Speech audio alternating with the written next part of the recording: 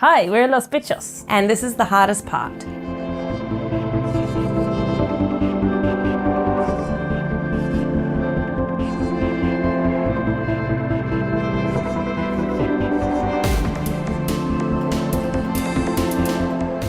Hello, and welcome to The Hardest Part, the show that unravels the stories behind the most challenging songs ever written. I'm Kieron Banerji, and joining me in the studio on this episode is the incredible Los Bitchos, a band formed in London in 2017, who collectively hail from Uruguay, Sweden, Australia, and right here in London. The band brought with them the track Don't Change. When I talked to them about the track, they mentioned that it was actually one of the earliest demos written for Los Bitchos, but it had a completely different structure back then. Originally, the song was split into just 2 parts and was intended for their first album, but it didn't quite make the cut. It took a lot of reworking the structure and refining the sections before they finally got the song to a place where it really hit the mark. The journey from the initial demo to the final version was a long one, but that process of trial and error and perseverance is what ultimately made the song what it is today.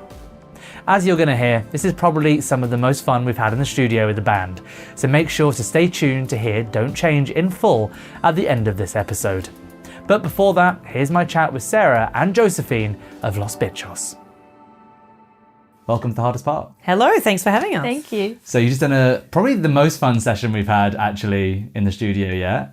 Certainly the most people in a small warm room. And everyone's going to hear it in a moment, but maybe you could tell us a little bit about the song you brought and why you chose it as the hardest part. Well, it's called Don't Change, and I think it was a pretty obvious choice for us just because it was like one of the earliest songs that I ever did for Los Bitchos as came from like its very primitive demo form. Didn't make the cut of the first album. Right. So we had originally tried to pitch it to Alex Kapranos, who produced our first album, and I remember just seeing his face. I was there like, super, yeah. I was like out of my mind with excitement, being like, oh, it's going to be such a hit, it's going to be amazing. And then he was like, yeah, I think you just need to go back and rewrite that. Yeah. And I was like, oh, cool. So we did used to play it really, really early on, and then we just stopped playing it because of the first album and stuff. But then I'd always just felt that there was really something special with this song. So I was like, no, I want to make this work. So it just took a few months, would you say? Yeah. Of reworking and being like, why isn't it working? We were stubborn and we kept playing and like trying different things, and we're like, nah, it's not there. Like, it's something that just doesn't quite click. Yeah, we did proper work on it. We did proper work. We did. Yeah. So how long was it from when you first played it to Alex to it being like, okay, this is ready now? Well, how long was that process? It would have been like years. 4 years. 4 years? Yeah. Oh, okay. And I probably wrote the song in like 2018 or something like that. So it's a long one. So what changed? I remember when we were in practice and you and I couldn't agree on what was the chorus.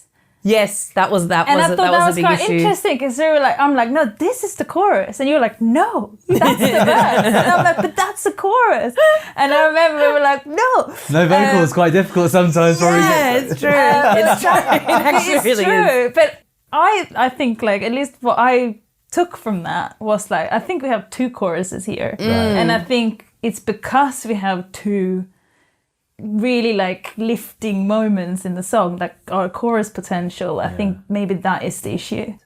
Okay. So then What bit was it with you? Which one did you think was the chorus? the one we The dun dun dun dun dun dun. That one. yeah.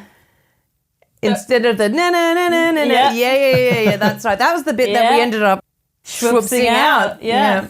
I would say that no. I would have that as a chorus bit. That's because Interesting. I think I'd have. Yeah, I didn't think I would.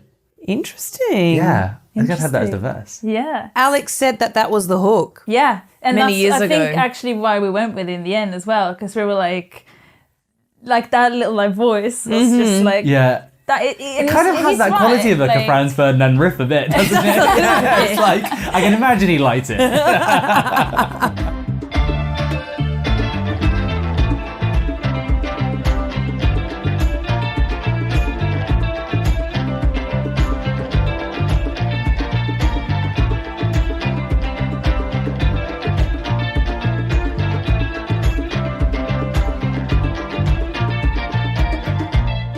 in the way that the song was initially structured as well, it started off with that da-da-da-da-da-da-da-da. It went into this other section then, which you said was the chorus, the down, down, down, Okay. Because we were playing it like a chorus. yeah. Like, And then it just went back to the da-da-da-da-da-da-da, and then it just changed completely into just another section. It basically just had two sections. Okay. An A/B bit and then a C, maybe D bit. Okay. Yeah. Right. And then that was it. So we had to go and pick it apart a little bit because, yeah, that's so true. As Josie said, we really loved that. I still really like that part. It's so good. That was my favorite part. And it just got cut.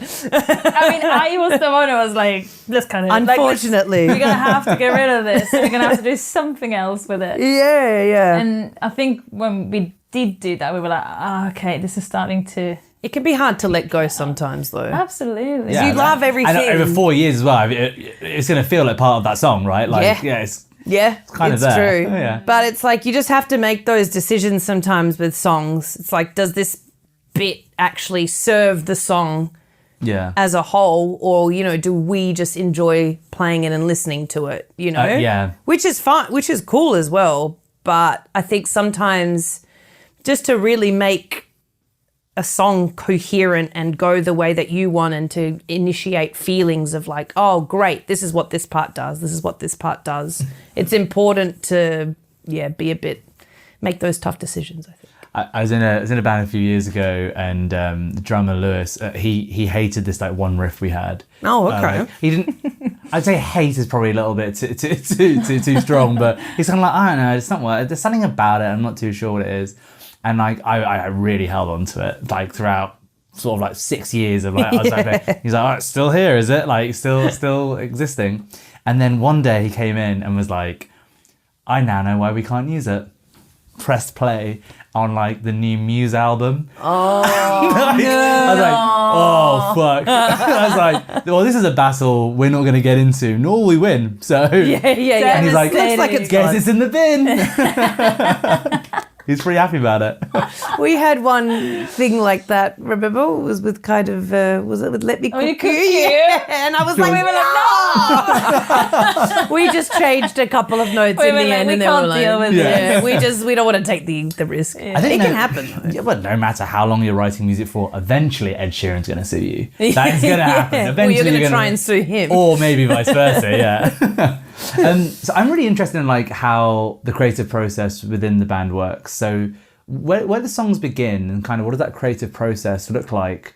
They begin at my home studio usually, or maybe one of the girls will send me like a little idea. But it just stems from, I don't know, you're sitting at your computer where your program is, and I'll just start, maybe I would have already heard an idea in my head, or it's like if someone sent me an idea or like a drum beat or something, I can maybe try and pivot off that. Yeah. But yeah, a lot of the stuff, it's like, I don't know, you just sit down and you see what comes out, or maybe you've heard something that's really inspired you and springboards you into wanting to write. Nice. Yeah, it can be a whole bunch of different things. But I do all of my writing at home. I really love that opportunity just to have that moment for me and just to be able to do something ridiculous. Yeah. And like layer loads of percussion, put some ridiculous drums on it, see where I can take things with production ideas. I really, really love that. I think that's probably my favorite part of the process, actually. Okay. I love the demo versions. The demo versions. I really do. I was listening to, I think it was Erykah Badu was talking about it. It was on like a weird Instagram clip, and she was like, I actually like, I hate the process of like, I mean, I don't, but I hate the process of like mixing and mastering. She's just like, there's something really special about the demo form because it's like the rawest form of what the person was thinking who's initially, started the idea. Yeah. It's intimate as well. It right? is. Yeah. It is because I there's something that I felt really connected with that, because it can be really hard to see an initial idea and just to see how it morphs. I used to really struggle with that actually when I first started like writing for this band, because I've always just played drums in a band. So, Okay. I just play the drums. I don't do, I wasn't doing any writing, so the drums were what they were, and, that's cool. But, production-wise or chorus-wise, I wouldn't have much input. I would just have input on the rhythm. But, yeah, I used to find the difference between my initial idea. However, my production skills were terrible. Right. When I first started doing it, I've listened to some demos and I was like, wow, that's bad. Yeah. I really thought that snare sounded That great. is bad. Yeah. But that's okay. Even then, it's I think I felt still really connected with it because I knew what I was, I knew what I was trying to say or convey with that. So that's something that I've just gotten more open to dealing with. But Yeah. I don't feel guilty about that anymore because it's I think, I've allowed myself to be look, it's normal to be attached to that initial version, which I definitely was with Don't Change. Yeah. That's for sure. It's funny that, isn't it, when you go back and over the years, even though it was really representative of what you thought was good at the time, it just becomes I found my old high school music exam songwriting pieces recently. Oh yeah. And they're on a USB stick, so I managed to get them on the thing. I was like, what the fuck was I thinking? I didn't know anyone I played this to my mum and she was like, oh, this is great. Of course. Mum's going to think it's good. Yeah, I know. I'm kind of like the brutal honesty there. I'd be like, Mum, come on, this is shit. Son, this is bad. This is really bad. You must be really not proud of this, right? But yeah.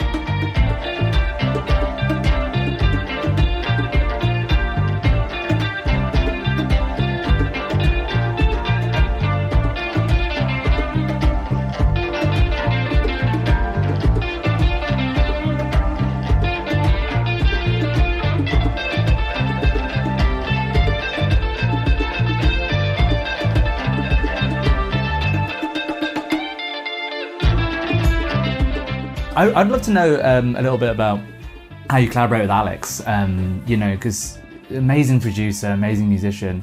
I'd just love to know sort of what he brings to the process of writing and production within Los Bitchos. Yeah, we worked with him on our first album. He did a lot, actually, Yeah. because I think we had been already playing those songs for a little bit by the time he came on board. But he made us really just think about things that we hadn't really thought about too much. Structure was a big one. And just making us really analyze the parts of the song. It's what do you want to happen when this riff comes in? Why is it there? And I was like, it's just there because I like it. Yeah. Yeah, it was, everything kind of had to serve Just a purpose. because? Yeah. Which I think was a nice it's cool approach, yeah. It was. It's interesting. Yeah, it's really interesting. And I think it was really valuable for us that he could come in with completely fresh ears. He hasn't been gigging these songs for years. And I think that is just so valuable with any producer, I think. Was it generally the idea that less is more, so then if anything's going to take place, it has to really warrant a space there? Is that this kind of thing? Yeah. Because I'm a big fan of filling that space. I think it's the drummer in me. It's could we do a fill? Could the bass be I don't know. Need some something more cowbell. Yes. He was very open to that at least. Yeah. Well, the audience are going to see the cowbells in action soon, so We have 3 cowbells on stage usually. Oh, do you? We do. 3? Josie's even got her one now on her got station. my own. I got my timbale going. Nick's got a couple. You got one. Yeah. Agostina's using one. It's happening. We love cowbells. There can never be too much cowbell. No. So I always finish these interviews by asking this one question to everyone. And it stems from this thing where a band I really, really like released this record, brand new record, couldn't wait to listen to it. I listened to it and I thought it was really bad. And I was like, this is not what I wanted from it. I was really disappointed. I was like, maybe this is it. Maybe this is the downfall now. It went then on to an interview with the lead singer talking about what the last song on the record was about. Yeah. And all these nuances he picked up in his vocal performance and this very specific, very intentional parts that were a bit unusual, I thought. And it made complete sense to me. And now I think it's my favourite song of theirs ever. That's interesting. Wow. And I've started asking everyone this, no matter if it's music or whether it's the the guy who makes cocktails upstairs. Like, you know, like, give me some context. Like, you know, put me in the room when you did this. And these small nuances do change the way you experience things forever. They do. So our audience are going to be lucky enough to hear the great session you just did for us. Is there anything you want them to specifically listen out to? Any context that you think is going to change the way they listen to that? I think this song, for me, I love it. I love the contrast of a really, really potentially happy guitar chord riff, but I think this song's melodies, and it's just the type of scale or whatever it has been used, which is unintentional.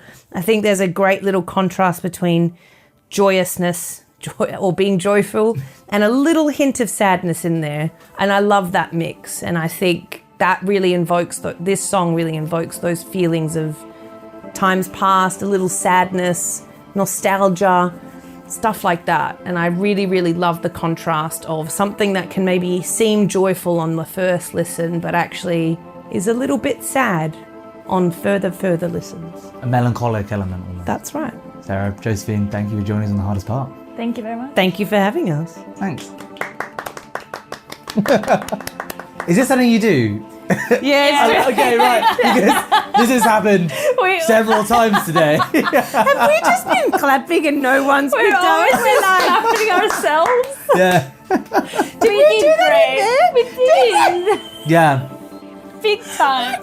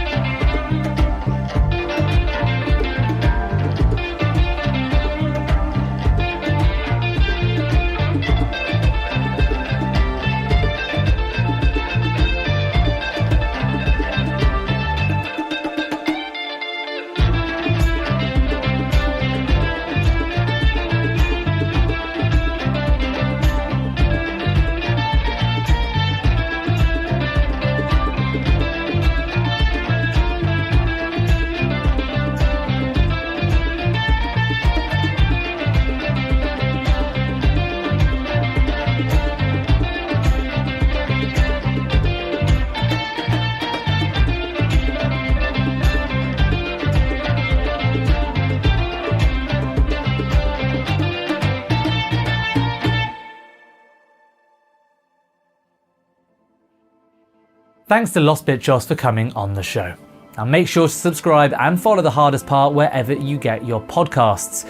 We're on Apple Podcasts, Spotify, YouTube, and all other major streaming platforms. This episode of The Hardest Part was recorded at the Thin White Duke Studios in London, Soho. It was recorded by Max Walker and is mixed and produced by myself. Photos from today's session are by Dylan Roberts and Callum Baker. And additional videography is by Giovanni and Almonte. Thanks for tuning in.